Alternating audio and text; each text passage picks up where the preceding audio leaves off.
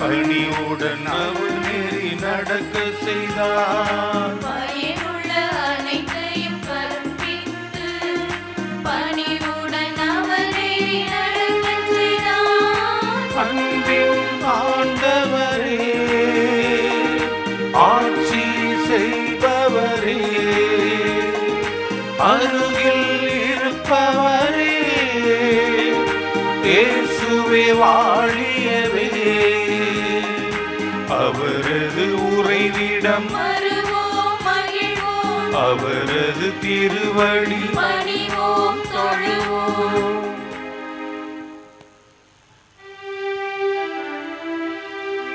அன்னையின் அன்பு பக்தர்களே, இந்த திருப்பலியானது ஆலயத்தில் கூடியிருக்கும் பக்தர்களின் கருத்துகளுக்காகவும் ஜெயா பிளஸ் தொலைக்காட்சி, திருத்தல இணையதளம் மற்றும் அனைத்து சமூக ஊடகங்களின் வழியாக பங்கெடுக்கும் பக்தர்களின் கருத்துகளுக்காகவும் இன்றைய நாளின் ஒளிபரப்பிற்கு உதவி செய்த நன்கொடையாளர்களின் குடும்ப கருத்துகளுக்காகவும் நேற்று திருப்பலி எழுதி வைத்தவர்களின் கருத்துகளுக்காகவும் ஒப்புக் கொடுக்கப்படுகின்றது. மேலும் இந்த ஒளிபரப்பை காணுகின்ற அனைத்து அன்னையின் பக்தர்களையும் இறைவன் நிறைவாக ஆசீர்வதிக்கவும் இந்த திருப்பலியில் மன்றாடுவோம். Dear devotees, this Mass is offered for all the faithful gathered here and those who are participating through Jaya Plus, Shrine Web TV, as well as other social media, and in a special way for all the sponsors of this live telecast Mass and those who wrote their Mass intentions yesterday, and all the devotees of Our Lady of Health Velankani who are watching the same. தந்தை மகன் தூயாவியானவரின் பெயராலே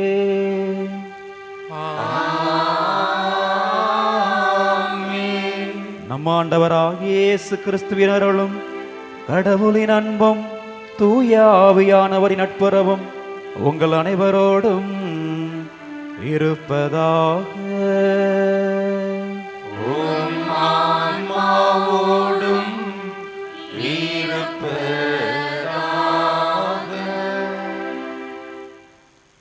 இறைவா, நீயின்றி வாழும் வாழ்க்கை தீயின்றி என்னை சுடும். ஆகவே என்னாலும் இருப்பேன் உன்னோடு, என் துன்பங்கள் தொலையட்டும் இன்றோடு. கிறிஸ்து இயேசுவுக்குள் எனக்கு பிரியமான சகோதரர்களே, சகோதரிகளே, புனித ஆரோக்கிய அன்னையின் அன்பு பக்தர்களே, கடந்த இரவிலே நம்மை காத்த இறைவனுக்கு நன்றி கூறுவோம். இந்த புதிய நாள், இந்த புதிய விடியல் முழுவதுமாக நமக்கு ஆசீர்வாதமாக மாற சிறப்பாக ஜெபிப்போம். இன்றைய இறை வார்த்தை வழியாக ஆண்டவர் நம்மோடு பேசுகிறார்.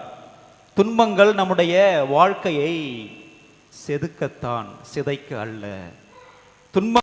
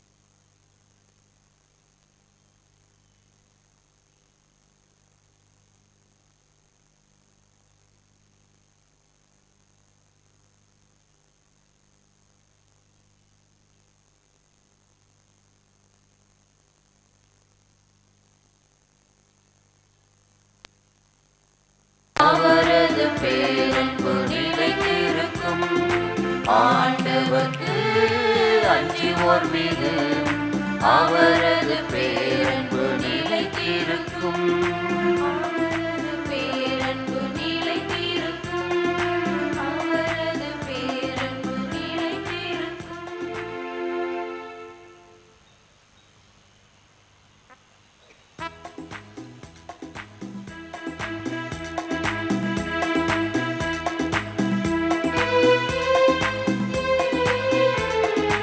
அல்லேலூயா அல்லேலூயா அல்லேலூயா அல்லேலூயா அல்லேலூயா.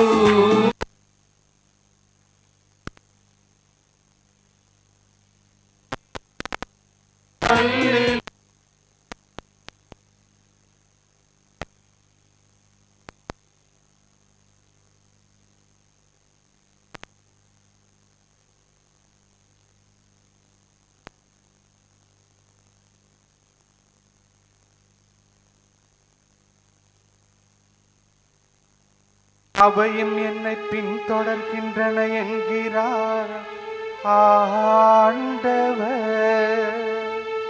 அல்லேலூயா அல்லேலூயா அல்லேலூயா அல்லேலூயா அல்லேலூயா அல்லேலூயா.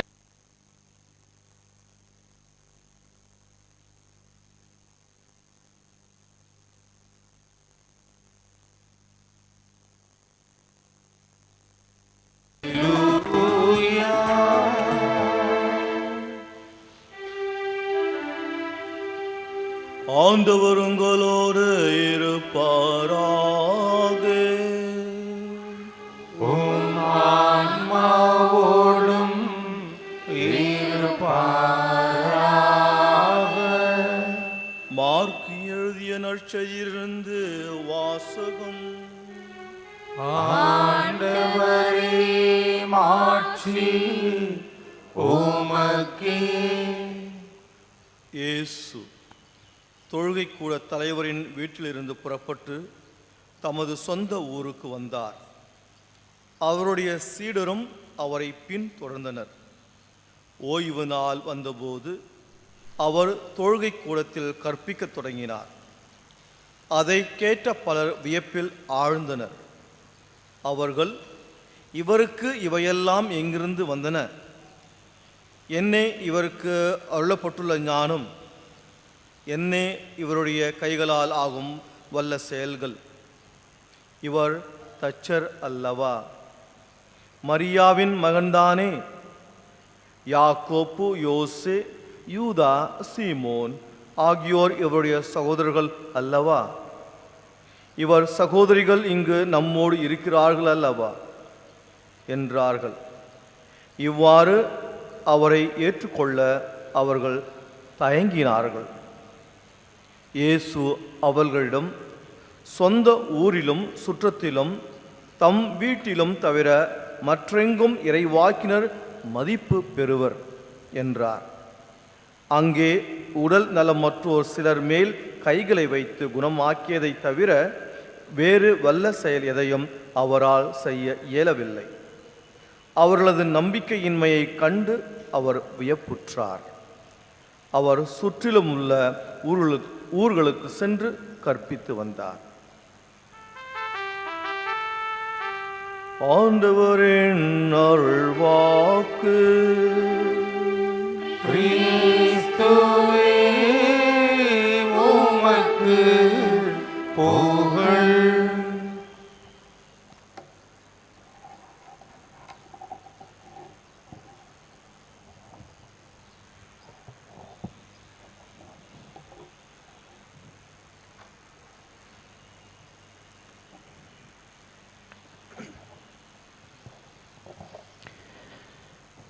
பாதைகளை தீர்மானிப்பதும் இல்லை. ஏன் அழுவுறீங்க, கவலைப்படாத, என்ன ஆச்சு அப்படின்னு கேட்டு முடிப்பதற்குள்ளாகவே அந்த பெண்ணானவள் தன்னுடைய கதையை ஆரம்பிக்கிறாள். ஃபாதர், எனக்கு இன்னைக்கு வயசு 43, என் கணவருக்கு வயசு 45. இந்த நொடி பொழுது வரை எங்களுடைய வாழ்க்கையில் எண்ணற்ற துன்பங்கள், எண்ணற்ற சோதனைகள், விரக்திகள், கண்ணீர், கவலை, இப்படித்தான் வாழ்ந்து கொண்டு இருக்கிறோம். எங்களுடைய பெற்றோர், எங்களுடைய வாழ்க்கை, எங்களுடைய திருமணம், எங்களுடைய குழந்தை. இப்படி அவர்கள் பிறந்ததிலிருந்து இந்த நொடி பொழுது வரை இவரும் கஷ்டங்களாகவே சொல்லிட்டு இருக்கிறாங்க. ஏற்றுக்கொள்ள முடியவில்லை. நாங்கள் எப்பொழுதுமே கோயிலுக்கு செல்பவர்கள், இருக்கிற எல்லா அன்பியங்களிலையும் பக்த சபைகளிலும் பங்கேற்கிறவர்கள்.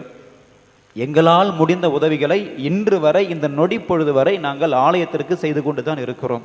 ஆனால் எங்களுக்கு ஏன் இந்த சூழல் என்று தான் என்னுடைய கணவர் ஒவ்வொரு நாளும் தன்னையே வருத்தி கொள்கிறார், வேதனைப்பட்டுக் கொள்கிறார். அவருக்கு பொண்ணு கிடைக்கல, எனக்கு மாப்பிள்ளை கிடைக்கல. எப்பொழுது நிறைவானது? எனக்கு வயசு 28, அவருக்கு வயசு 30. அப்பையும் பார்த்தாங்க, அப்பையும் கிடைக்கல. இன்னும் ஒரு அதிகமாக போயிடுச்சு, 33, 35. அப்பொழுதுதான் திருமணம் நடைபெற்றது. கடவுளுடைய ஆசீர்வாதம் என்று நினைத்தேன்.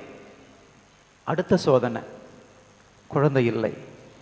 1 வருடம், 2 வருடம், 5 வருடம், 8 வருடம் கழித்து கடவுளுடைய ஆசீர்வாதத்தால் ஒரு குழந்தை இல்லை ஃபாதர், 2 குழந்தை, ரெட்டிப்பு சந்தோஷமாக கடவுள் கொடுத்தார். கொடுத்தாலும் கூட அதுல ஒரு குழந்தை அருமையான குழந்தை, நார்மலா பிறந்திருக்குது. இன்னொரு குழந்தை ஊனமாக இருக்கிறது. அடுத்த வழி என்ன செய்வது என்று எங்களுக்கு புரியவில்லை. நாங்கள் யாருக்கும் எந்த தீங்கும் செய்யவில்லையே, எங்களை ஏன் கடவுள் இப்படி சோதித்துக் கொண்டே இருக்கிறார் என்று எங்களுக்குள் ஒரு வேதனை. நான் நினைச்சேன், இந்த கிறிஸ்தவ வாழ்வு, நான் கிறிஸ்தவளாக இருப்பதாக, நான் கிறிஸ்தவ வாழ்வு துன்பங்கள் மத்தியில் இன்பத்தை காண வேண்டும். எனக்கு ஒரு நிலைப்பாடு இருந்தது. அதனால் என்னால் நிறைவாக இருக்க முடிந்தது. ஒவ்வொரு முறையும் என்னுடைய கணவர்கிட்ட சொல்லுவேன், கவலைப்படாதீங்க, நமக்கு ஒரு வாழ்வு இருக்குது, கவலைப்படாதீங்க என்று ஒவ்வொரு முறையும் அவர் சொல்வாராம். அதனால்தான் ஃபாதர் அழுகுறாங்க அப்படின்னு சொன்னாங்க. கிறிஸ்து இயேசுவுக்குள் எனக்கு பிரியமான சகோதரர்களே, சகோதரிகளே, இன்று நம்மில் எத்தனை பேர் பிரச்சனைகளே இல்லாமல் வாழ்ந்து கொண்டிருக்கிறோம்? இன்று பிறக்கின்ற குழந்தையும் நாளை கல்லறைக்கு செல்கின்றவர்களும் பிரச்சனையோடு தான் சென்று கொண்டிருக்கிறார்கள் என்பது நிதர்சனமான உண்மை, ஏற்றுக்கொள்ள வேண்டிய உண்மை. இன்றைய இறை வாசகங்கள் நமக்கு சொல்லுகிறது. நீங்க படிச்சு பாருங்க வீட்டில் போயிட்டு. திருத்தப்படுவதற்காகத்தான் துன்பங்களை தாங்கிக் கொள்ளுங்கள், திருத்தப்படுவதற்காக துன்பங்களை தாங்கிக் கொள்ளுங்கள். அருமையான ஒரு வார்த்தை. இந்த எபிரேயருக்கு இந்த நூலாசிரியர் இந்த வார்த்தையை நாம் கொடுக்க வேண்டும். நம்முடைய வாழ்க்கையிலே ஒவ்வொருவருக்கும் பிரச்சனை இருக்கிறது. அந்த பிரச்சனைகளை நாம் எவ்வாறு அணுகுகிறோம் என்பதை பொறுத்து தான், அணுகின்ற முறையை பொறுத்து தான் இந்த வாழ்க்கை உயர்வா தாழ்வா என்பதை தீர்மானிக்க முடியும். பிரச்சனை என்பது கத்தி மாதிரி. அந்த ஒரு கத்தியை நம்ம தூக்கி எறிகிறோம் அப்படிங்கிற பொழுது நம்முடைய சாதுரியத்தால் நம்முடைய இந்த பின்பக்கம் பிடிச்சிட்டோன்னு வச்சுங்களேன், அதை பலத்துக்கு நம்ம பயன்படுத்திக்கலாம், நிறைய செயல்கள் செய்ய பயன்படுத்தி கொள்ளலாம். ஆனால் நம்முடைய விழிப்புணர்வு இல்லாத சூழலில் அதனுடைய முன்பக்கத்தை நாம் பிடித்தோம் என்றால் அது நம்முடைய கரங்களை பாழாக்கிவிடும். மனம், ரணம், அழுகை. ஆகவே பிரச்சனைகள், துன்பங்கள் என்பது நாம் எவ்வாறு அணுகுகிறோம் என்பதை பொறுத்து தான் இந்த மனித வாழ்வே அமைகிறது. அதைத்தான் அவர் சொல்லுகிறார், திருத்தப்படுவதற்காக துன்பங்களை தாங்கிக் கொள்ளுங்கள். ஏனென்றால் துன்பங்கள் இந்த மனித வாழ்க்கையில் கொடுக்கப்படுவது அவனை பண்படுத்தத்தானே கொடுக்கப்படுகிறது தவிர அவரை வருத்தப்படுத்த கிடையாது. திருத்தப்படுத்தத்தான் கொடுக்கப்படுகிறது. நாம் பண்பட்டவர்களாக கடவுளிலே எப்பொழுதுமே நம்பிக்கை வைத்து வாழ்வதாகத்தான் நமக்கு இது கொடுக்கப்படுகிறது என்பதை நாம் உணர்ந்து வாழ வேண்டும் என்பதைத்தான் மிகவும் அழகாக சொல்லுகிறார். இன்னும் ஒரு படி மேலே போய் சொல்றாரு பாருங்க, பிள்ளாய், ஆண்டவர் உன்னை கண்டித்து திருத்துவதை வேண்டாம் என தள்ளிவிடாதே, அவர் கண்டிக்கும் பொழுது தளர்ந்து போகாதே, தந்தை தாம் ஏற்றுக்கொண்ட மக்களை தண்டிக்கிறார். நினைச்சு பாருங்க, நம்முடைய வீட்டில் நம்முடைய அம்மா அப்பா நம்ம தவறு செய்கின்ற பொழுது நம்ம கண்டிக்கிறாங்களோ அதே போல தந்தையும் தாயும் எப்படி கண்டிக்கிறார்களோ அதே போல தந்தையும் கடவுள் கண்டிக்கிறார். அதை பற்றி நீ கவலைப்படாத. அடுத்த வார்த்தை, ஆண்டவர் தாம் யாரிடம் அதிகம் அன்பு கொண்டிருக்கிறாரோ அவர்களை கண்டிக்கிறார். இந்த வார்த்தையை நாம் ஏற்றுக்கொண்டால் நிச்சயமாக நம்முடைய வாழ்வு மிளிரும். இதில் எந்தவித சந்தேகமும் கிடையாது. நினைத்து பாருங்கள் பிரியமானவர்களே, பழைய ஏற்பாட்டில் அந்த இஸ்ரேல் மக்கள் எகிப்து தேசத்திலிருந்து கானான் தேசத்திற்கு, அந்த பாலும் தேனும் பொங்கி வழியும் தேசத்திற்கு அவர்கள் சென்று கொண்டிருக்கின்ற பொழுது அவ்வளவு துன்பங்கள், அவ்வளவு சோதனைகள். எங்க பார்த்தாலும் அடிப்படுகிறார்கள். அடிப்படை வசதியான நீரும் கிடையாது, உணவும் கிடையாது. அப்ப என்ன செய்யறாங்க? ஒவ்வொரு முறையும் என்னை ஏங்க கூப்பிட்டு வந்த என்று சொல்லி யாவே இறைவனை தூற்றினார்கள். ஒவ்வொரு முறையும் கடவுள் துன்பங்களை எதற்கு கொடுக்க என்பதற்காக இறை வாக்கினரை அனுப்பி உங்களை சீர்படுத்துவதற்காக, உங்களை குலைப்பதற்காக அல்ல, மாறாக உருவாக்குவதற்காகத்தான் கடவுள் துன்பங்களை கொடுக்கிறார், ஏற்றுக்கொள்ள வேண்டும் என்று ஒவ்வொரு இறை வாக்கினர் வழியாக அந்த இஸ்ரேல் மக்களுக்கு அன்று சொல்லப்பட்ட செய்திதான். இறுதியிலே அவர்களும் ஏற்றுக்கொள்கிறார்கள். புனித பவுலுடைய வாழ்க்கையை எடுத்து பாருங்கள். 2 கொரிந்தியர் அதிகாரம் 11 இறை வார்த்தை 16 33 வரைக்கும் அதில் போட்டிருப்பாங்க. பவுலின் துன்பங்கள், அன்பேரபிள் சஃபரிங், தாங்கிக் கொள்ள முடியாத ஒரு துன்பம். அழகாக நீங்கள் வீட்டில் போய் படித்து பாருங்க. நான் என்னென்ன துன்பங்களை அனுபவித்தேன் என்று அழகழகாக போட்டிருப்பாங்க. பாடுபட்டு உழைத்தேன், சிறையில் இருந்தேன், என்னை யூதர்கள் 5 முறை ஒரு அடி குறைய 40 அடி அடித்தாங்க, 3 முறை தடியால் அடித்தார்கள், நான் அலைகழிக்கப்பட்டேன், இரவுல இருந்து நான் கடல்ல இருந்தேன், சாப்பாடு இல்லாமல் இருந்தேன் அப்படி சொல்லுவார். கடைசியில் அந்த 30வது வசனத்தில் சொல்லுவார், இவை அனைத்தையும் நான் பெருமை பாராட்டத்திற்காக அல்ல, மாறாக என்னுடைய வலுவின்மையை புரிந்து கொள்வதற்காக என்று சொல்லி 12ஆம் அதிகாரத்திலே 7வது வசனம் அதே 2 கொரிந்தியர் அழகாக சொல்லுவார். இந்த வெளிப்பாடுகள் அனைத்தும் நான் இருமாப்பு அடையாது இருக்குமாறு ஒரு பெரும் குறை ஒன்று என்னுடைய உடலில் தைத்த முள் போல் என்னை குத்திக்கொண்டே இருக்கிறது. எப்படி இந்த முள் இருக்குதான்? சாத்தான் அனுப்பிய தூதனை போல என்னை அழுத்தி கொண்டே இருக்கிறது. இது எதுக்குன்னு எனக்கு தெரியும். நான் கடவுள்கிட்ட கேட்குறேன், இதை என்னை விட்டு நீக்கிடுங்க என்று 3 முறை மன்றாடினேன். அப்பொழுது கடவுள் சொன்ன வார்த்தை, என் அருள் உனக்கு போதும், வலுவின்மையில் தான் வல்லமை நிறைவாய் வெளிப்படும், my grace is sufficient for you அப்படி சொல்லுகிறார். அப்படி என்றால் இந்த வலுவின்மையை எப்படி பெருமை பாராட்டினார் என்றால், அவருடைய துன்பங்கள் எல்லாமே கடவுள் அவரை ஒரு வேறு வழியில் ஒரு புறவினத்தாரின் அப்போஸ்தலனாக மாற்றுகிறார் என்பதை நினைத்ததனால் மட்டும்தான் அவரால் ஏற்றுக்கொள்ள முடிந்தது. அவர் சொன்ன வார்த்தை தான், வாழ்வது நான் அல்ல, என்னில் வாழ்வது கிறிஸ்துவ என்று சொல்லுகிறார். கலாத்தியர் 6:19 இவ்வாறாக படிக்கிறோம். 17 என்னுடைய உடம்பில் இருக்கின்ற இந்த தழும்புகள் எல்லாமே நான் இயேசு கிறிஸ்துவுக்கு அடிமை என்பதை ஞாபகப்படுத்துகிறது. அப்படி என்றால் என்னுடைய வாழ்க்கையில் எந்த துன்பங்களை அடைந்தாலும் ஆண்டவர் என்னை பார்த்து கொள்வார். அதுதான் பவுல், ஆண்டவர் இயேசு தன்னுடைய வாழ்க்கையிலேயே துன்பங்களை கிடைத்த பொழுது அவருடைய அந்த வியூகம், அந்த அணுகுமுறை இருந்தது. ஆங்கிலத்தில் அழகாக சொல்லுவார்கள், everybody has same eyes but not same views சொல்லுவாங்க. ஒவ்வொருவருக்கும் எல்லாம் கண்ணு ஒன்றா தான் இருக்குது, நம்முடைய பார்க்கிற விதம் தான் சற்று வித்தியாசமாக மாறுபடுகிறது.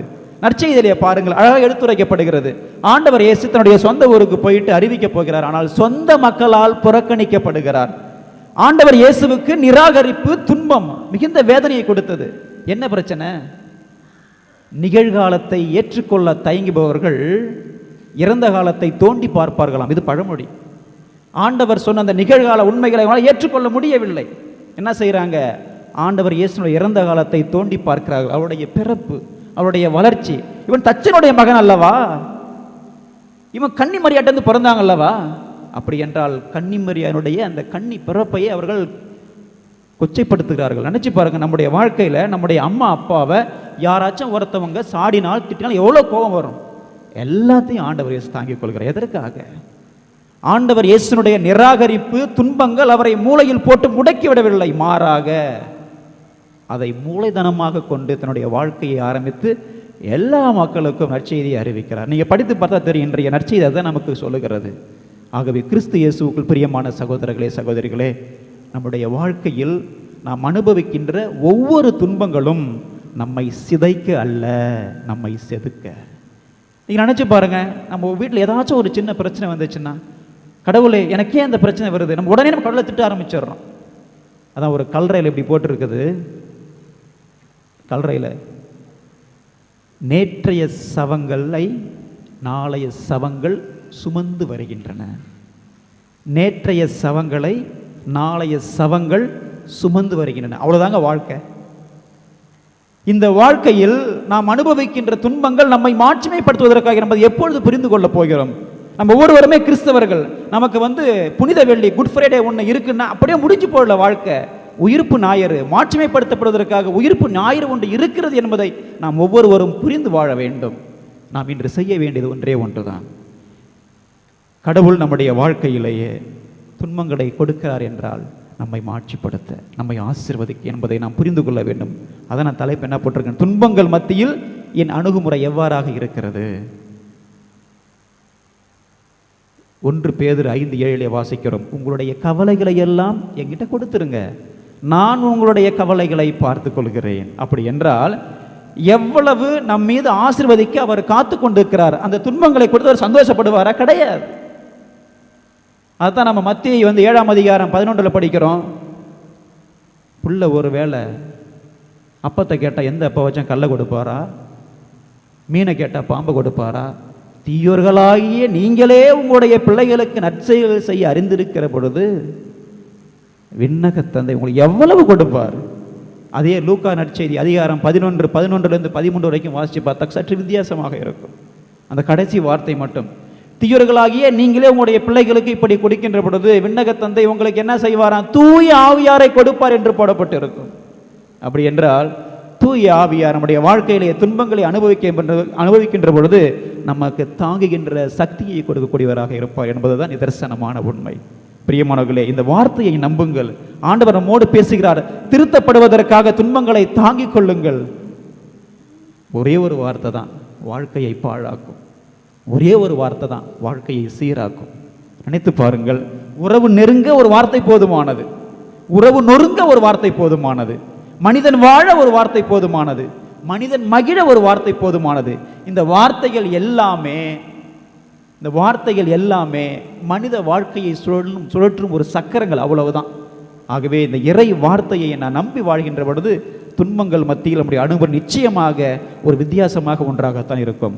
அதைத்தான் சொல்லுவார்கள், இறைவா உன் வார்த்தைகளின் நெஞ்ச வாசலுக்கு நேச கோலங்கள், விடியாத இரவுகளுக்கு புதிய பூபாலம், சரிகின்ற சமுதாயம் சமநிலை அடைந்திட உன் வார்த்தையில் தான் என் வாழ்க்கை சூத்திரம் அடங்கி இருக்கிறது. ஆகவே என்னாலும் இருப்பேன் உன்னோடு, என் துன்பங்கள் துளையட்டும் இன்றோடு. ஆமேன்.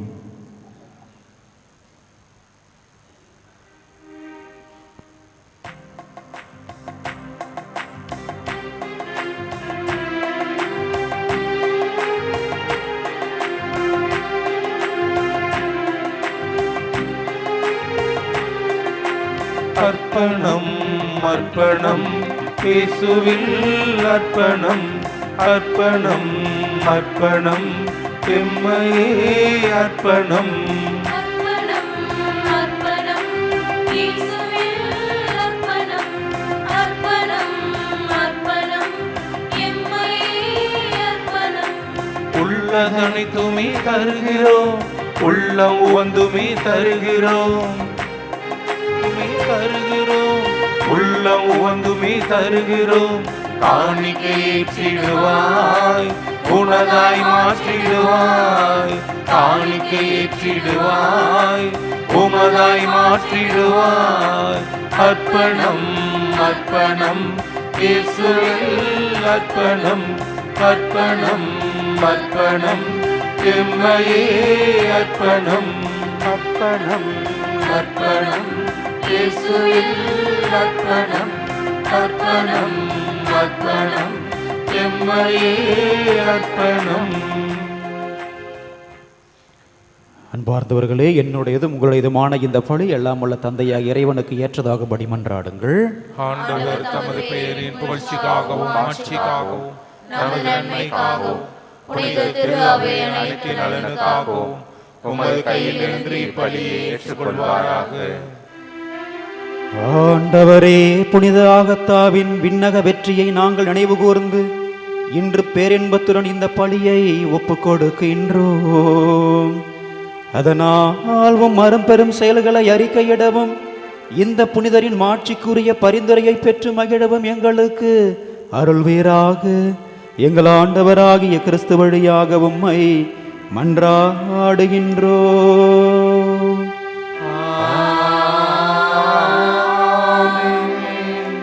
ஆண்டவர் உங்களோடு இருப்பாராக. உம் ஆன்மாவோடும் இருப்பாராக.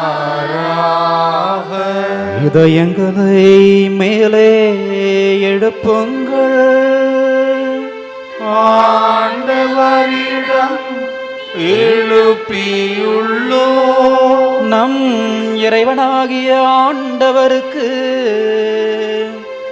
நன்றி கூறுவோம். அது தகுதியும் நீதியும் ஆனதே. ஆண்டவரே, தூயவரான தந்தையே, என்றும் வாழும் எல்லாம் வல்ல இறைவா, எங்கள் ஆண்டவராகிய கிறிஸ்து வழியாக என்னாலும் எவ்விடத்திலும் நாங்கள் உமக்கு நன்றி செலுத்துவது மெய்யாகவே தகுதியும் நீதியும் ஆகும். எங்கள் கடமையும் மீட்புக்குரிய செயலுமாகும். ஏனெனில் மறை சாட்சியான புனித ஆகத்தா உமது பெயரை அறிக்கையிட்டு கிறிஸ்துவை பின்பற்றி ரத்தம் சிந்தி மாண்புமிக்கவும் அரும்பெரும் செயல்களை உலகறிய காட்டுகின்றார். இவ்வாறு நீர் எங்கள் ஆண்டவராகிய கிறிஸ்து வழியாக எங்கள் வலுவின்மையில் உமது வல்லமை சிறந்தோங்க செய்து வலுவற்றவர்களை உமது ஆற்றல் மிகு சாட்சிகளாய் திகழ செய்கின்றீர். ஆகவே ஆற்றல் மிகுந்த விண்ணவரோடு சேர்ந்து நாங்களும் இம்மண்ணுலகில் இடையராது உமது மாட்சியை கொண்டாடி முடிவின்றி அக்களித்து ஆர்ப்பரித்து ஒரே குரலாய் பாடுவதாவது: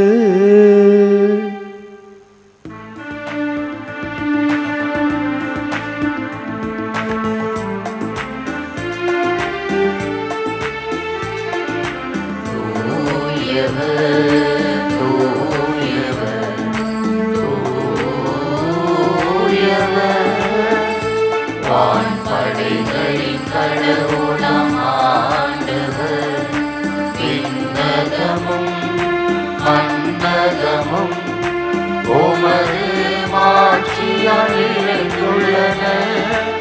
உன்னதங்களிலே ஓசன்னா, உன்னதங்களிலே ஓசன்னா. ஆண்டவர் பெயரால் வருகிறவர் ஆசி பெற்றவர். உன்னதங்களிலே ஓசன்னா, உன்னதங்களிலே ஓசன்னா. ஆண்டவரே, நீர் மெய்யாகவே தூயவர், தூய்மை அனைத்திற்கும் ஊற்று. ஆகவே உம்முடைய ஆவியை பொழிந்து இந்த காணிக்கைகளை தூய்மைப்படுத்த உம்மை வேண்டுகிறோம். இவ்வாறு எங்கள் ஆண்டவர் இயேசு கிறிஸ்துவின் உடலும் இரத்தமுமாக எங்களுக்கு இவை மாறுபனவாக. அவர் பாடுபட உளம் கனிந்து தம்மை கையளித்த பொழுது அப்பத்தை எடுத்து நன்றி செலுத்தி அதை பிட்டு தம் சீடர்களுக்கு அளித்து அவர் கூறியதாவது: அனைவரும் இதிலிருந்து பெற்று உண்ணுங்கள், ஏனெனில் இது உங்களுக்காக கையளிக்கப்படும் என் உடல்.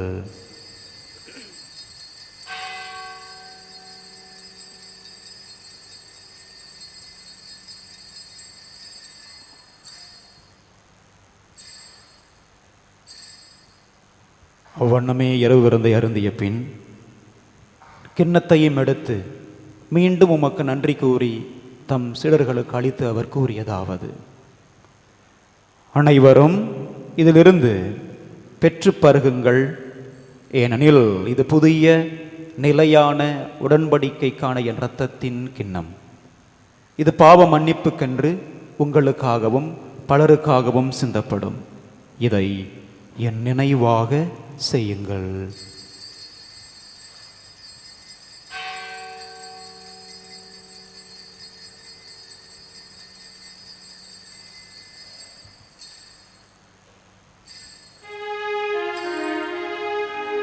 நம்பிக்கையின் மறை பொருள். ஆண்டவரே, நீர் வருமளவும் உமது இறப்பினை அறிக்கையிடுகின்றோம்.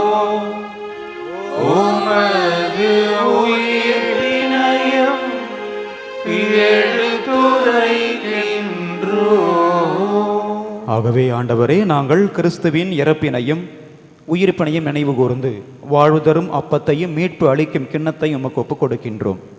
உம் திருமுன் நின்று உமக்கு ஊழியம் புரிய தகுந்தவர்கள் என எங்களை ஏற்றுக்கொண்டனவே உமக்கு நன்றி செலுத்துகிறோம். மேலும் கிறிஸ்துவின் உடலிலும் இரத்தத்திலும் பங்கு கொள்ளும் எங்களை தூய் ஆவியார் ஒன்று சேர்க்க வேண்டுமென உம்மை தாழ்மையுடன் மன்றாடுகின்றோம்.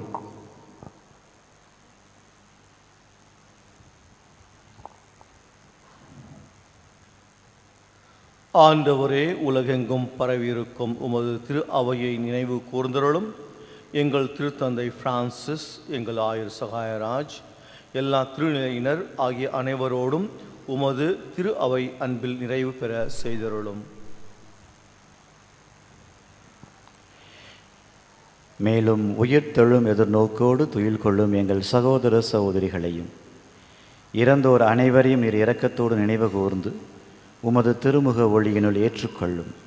எங்கள் அனைவர் மீதும் இரக்கமாயிரும். கடவுளின் கன்னித்தாயான புனித மரியாள், அவருடைய கணவரான புனித யோசேப்பு, புனித திருத்தூதர்கள், கன்னியும் மறை சாட்சியுமான புனித ஆகத்தா மற்றும் இந்த உலகிலே உமக்கு உகந்தவராய் வாழ்ந்த புனிதர்கள் அனைவரோடும் நாங்கள் நிலை வாழ்விலே பங்கு கொள்ளும் தகுதி பெற்று உம் திருமகன் இயேசு கிறிஸ்து வழியாக உமை புகழ்ந்தேத்தும் வரமருள உமை மன்றாடுகிறோம்.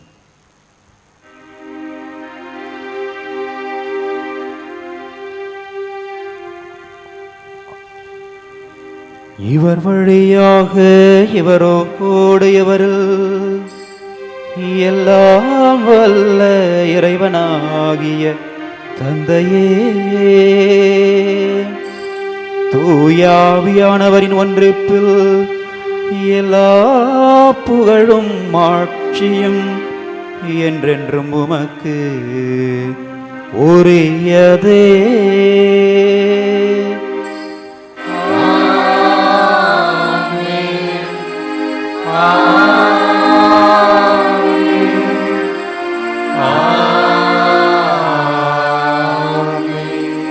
மீட்பரின் கட்டளையால் கற்பிக்கப்பட்டு இறை படிப்பினையால் பயிற்சி பெற்ற நாம் துணிந்து பாடுவோம். விண்ணுலகில் இருக்கின்ற எங்கள் தந்தையே, உமது பெயர் தூயது என போற்ற பெறுக. உமது ஆட்சி வருக. உமது திருவுளம் விண்ணுலகில் நிறைவேறுவது போல மண்ணுலகிலும் நிறைவேறுக. எங்கள் அன்றாட உணவை இன்று எங்களுக்கு தாரும். எங்களுக்கு எதிராக குற்றம் செய்வோரை நாங்கள் மன்னிப்பது போல எங்கள் குற்றங்களை மன்னியும். எங்களை சோதனைக்கு உட்படுத்தாதேயும், தீமையிலிருந்து எங்களை விடுவித்தருளும். ஆண்டவரே, தீமை அனைத்திலிருந்தும் எங்களை விடுவித்து எங்கள் வாழ்நாளில் அமைதியை கனிவுடன் அருளவும் மன்றாடுகின்றோம். உமது இரக்கத்தின் உதவியால் நாங்கள் பாவத்திலிருந்து எப்பொழுதும் விடுதலை பெற்று யாதொரு கலக்கமும் இன்றி நலமாயிருப்போமாக. நாங்கள் எதிர்நோக்க இருக்கும் பேரின்பத்திற்காகவும் எம் மீட்பராகிய இயேசு கிறிஸ்துவின் வருகைக்காகவும் காத்திருக்கின்றோம். ஆட்சியும் வல்லமையும் மாட்சியும் என்றென்றும் உமதே. ஆண்டவரே இயேசு கிறிஸ்துவே, அமைதியை உங்களுக்கு விட்டுச் செல்கின்றேன், என் அமைதியையே உங்களுக்கு அளிக்கின்றேன் என்று உம் திரு தூதர்களுக்கு மொழிந்தீரே. எங்கள் பாவங்களை பாராமல் உமது திரு அவையின் நம்பிக்கையை கண்ணோக்கி உமது திருவுலத்திற்கு ஏற்ப அதற்கு அமைதியையும் ஒற்றுமையையும் அளித்தருள்வீராக. என்றென்றும் வாழ்ந்து ஆட்சி செய்கின்றவர் நீரே.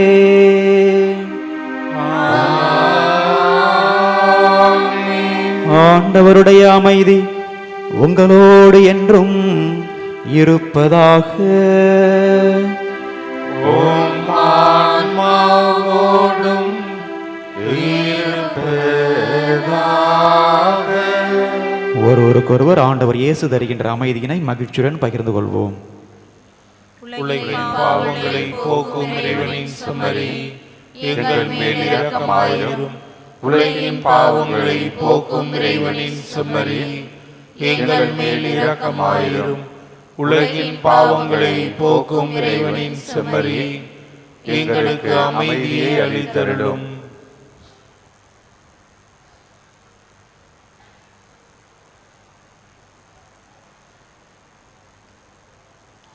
இதோ இறைவனின் செம்மறி, இவரே உலகின் பாவங்களை போக்குகின்றவர்.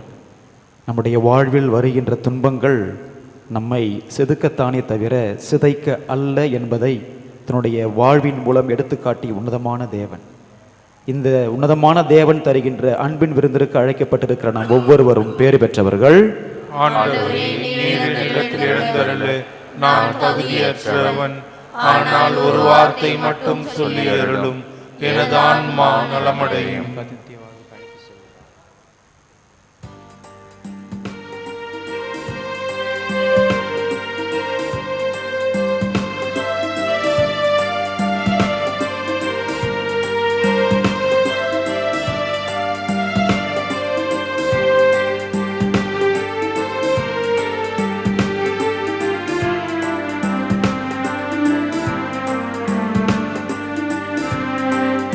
உன்னில் நான் ஒன்றாக உயிரேன் என்றார், என்னில் வா என் மன்னவா, என்னில் வா என் மன்னவா, என்னில் வா என் மன்னவா.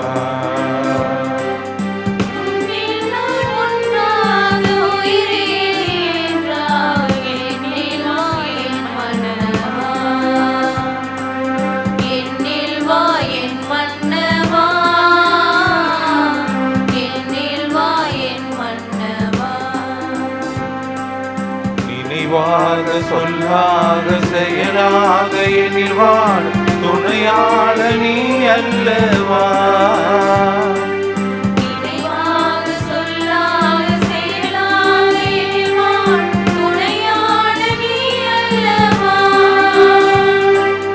என்னை நாள் பிரியாமல் உயிரோடு உயிராக இணைகின்ற என் மன்னவா,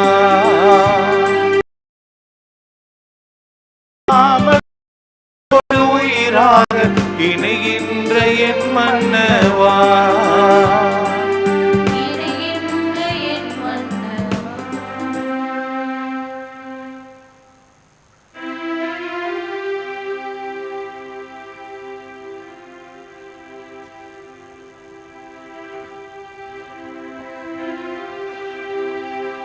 நன்றி கூறி மன்றாடுவோமாக.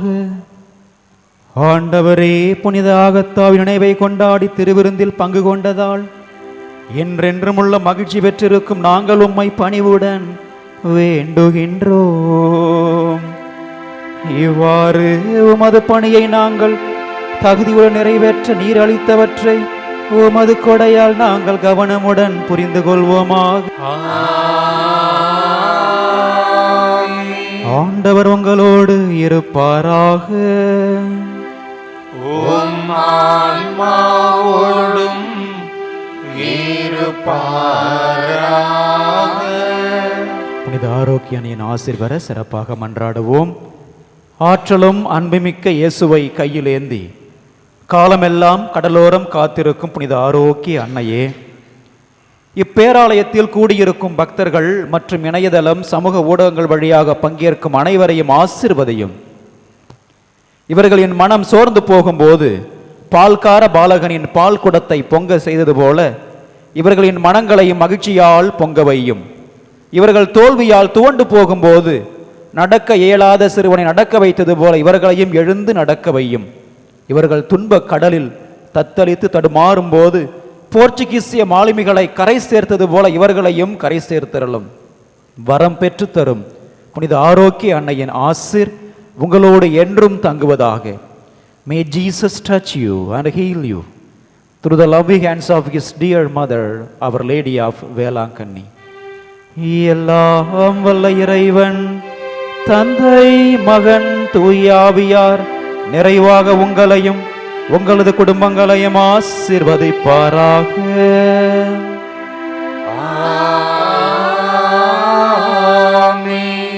சென்று வாருங்கள், திருப்பலி நிறைவேறிற்று. இறைவனுக்கு நன்றி.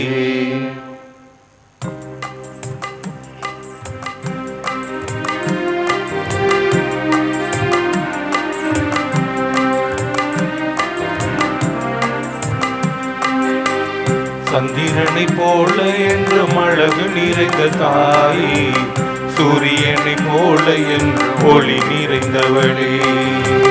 சந்திரனை போல என்றும் அழகு நிறைந்த தாயே, சூரியனை போல என்றும் ஒளி நிறைந்தவளே.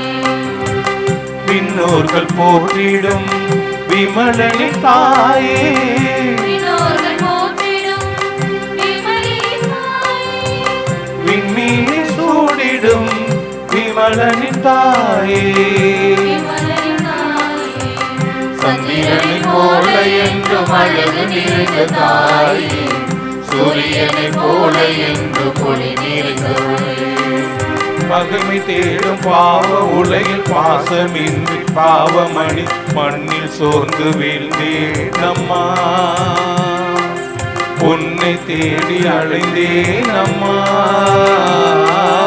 பகைமை தேடும் பாவ உலகில் பாசமின்றி பாவமணி மண்ணில் சோர்ந்து வீழ்ந்தேனம்மா, உன்னை தேடி அலைந்தேனம்மா. உறவாகும் உன்னடியில் உயிராகும் என் உறவே, சந்திரனை போல என்றும் அழகு நிறைந்த